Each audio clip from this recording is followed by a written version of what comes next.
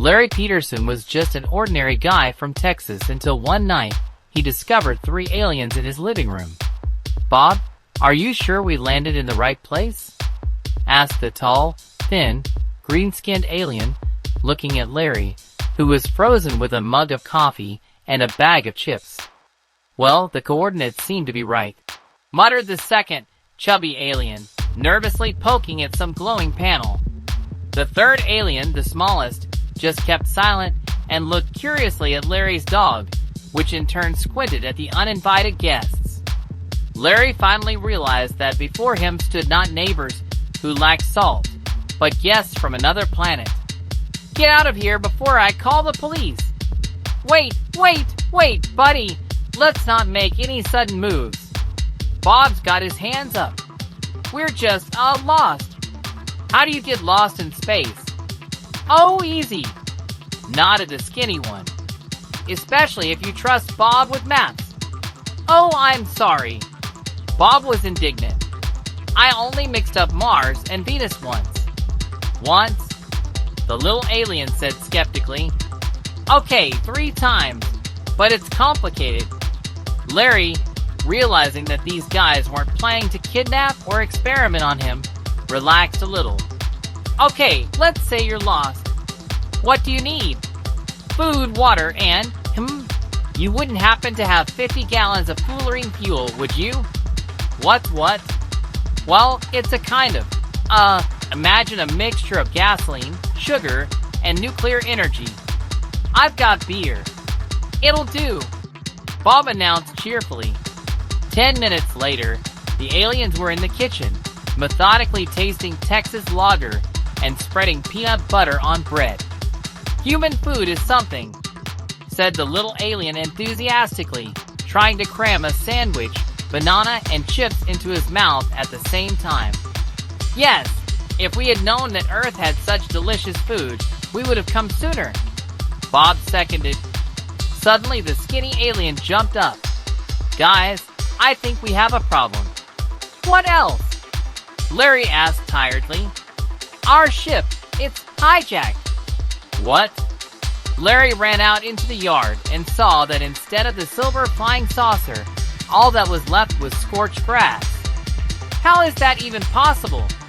"Well, maybe we forgot to close it," said Bob uncertainly. "You left an alien ship open on my Gason." Did you?" Larry grabbed his head.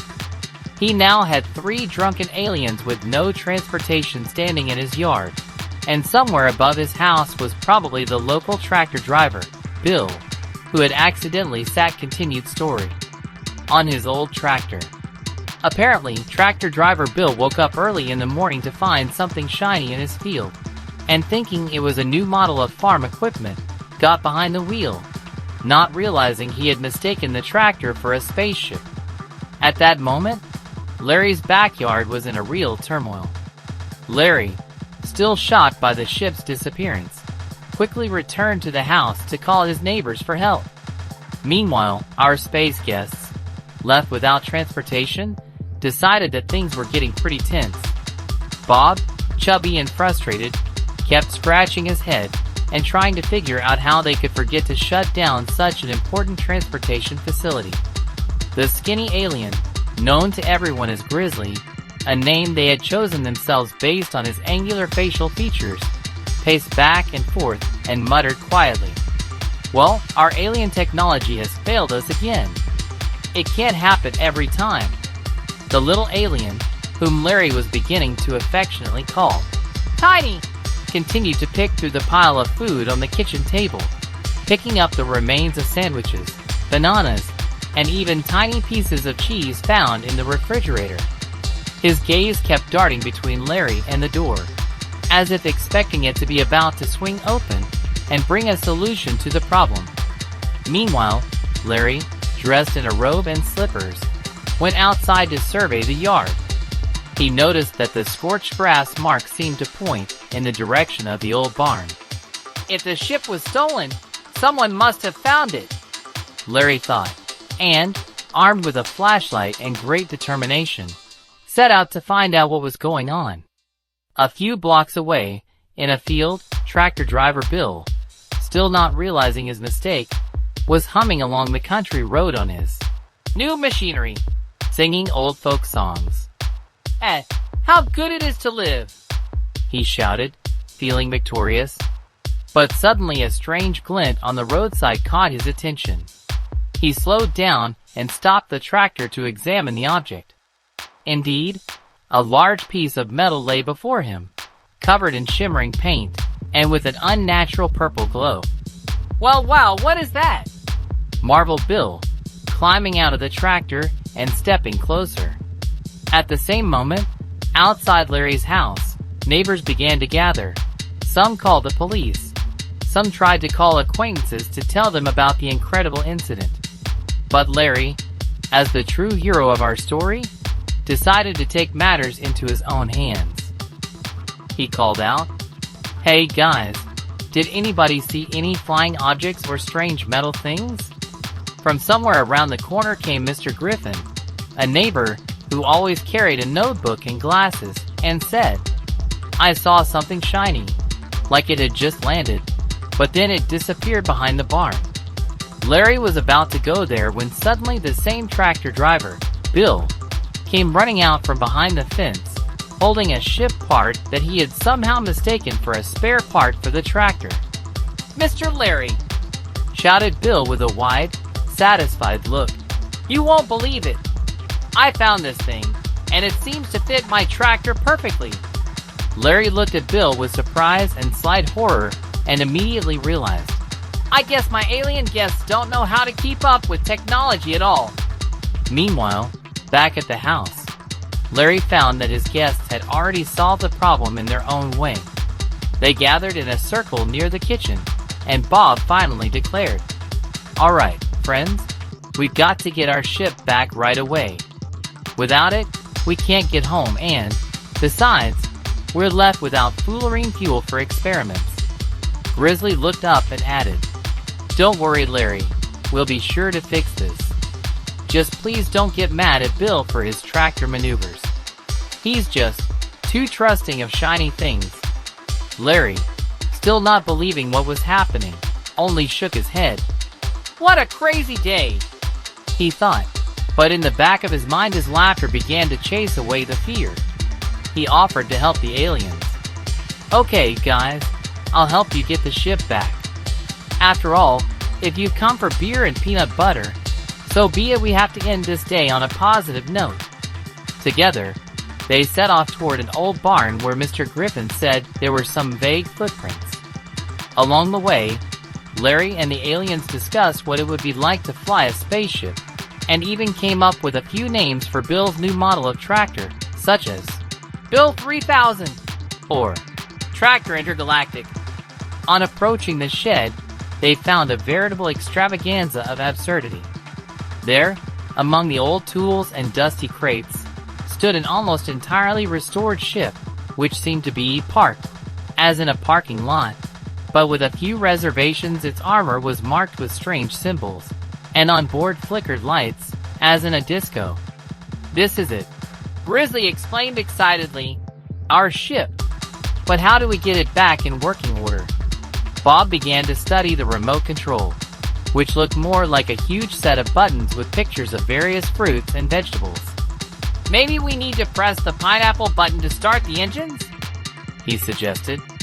The little alien seemed to be an expert on intergalactic technology and politely corrected him. No, you have to press the banana button to start." While they were arguing, tractor driver Bill, still not realizing the gravity of the situation, decided that the part he had found earlier could be used as a substitute for some important screw. He proudly inserted it into the side hole of the ship, and then something unexpected happened. The ship began to vibrate slightly, and the lights on its hull began to flash in time with the music that seemed to be emitted by the very walls of the barn. Larry, watching this, couldn't contain his laughter. "Well, if my guests can accidentally make a disco, then maybe I can help in some way," he thought, and offered his assistance in unraveling the mysterious control panel.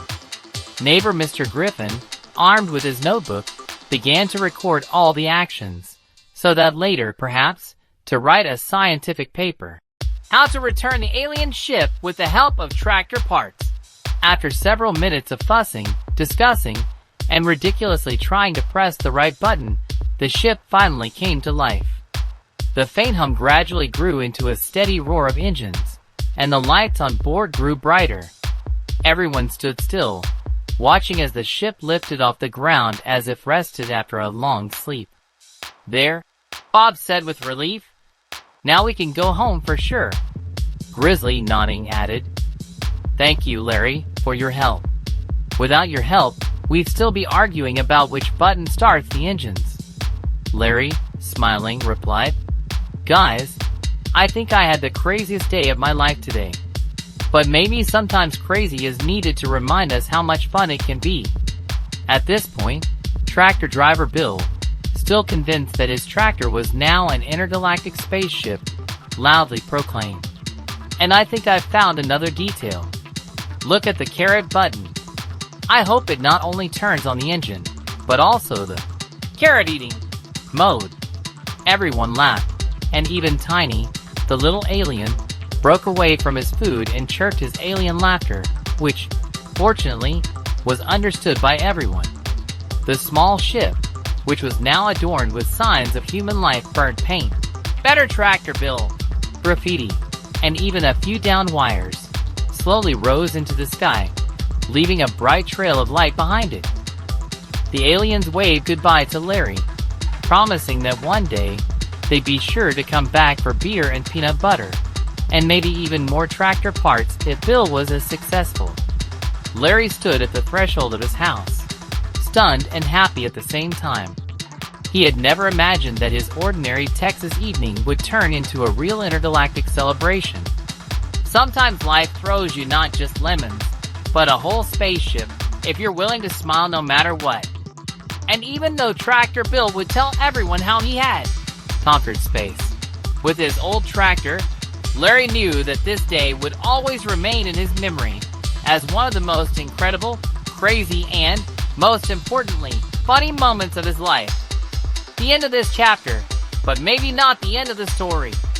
After all, in a world where alien guests can appear at the most unexpected moment, there is always room for new encounters, strange discoveries, and, of course, funny adventures that make you laugh even at the most unexpected hour.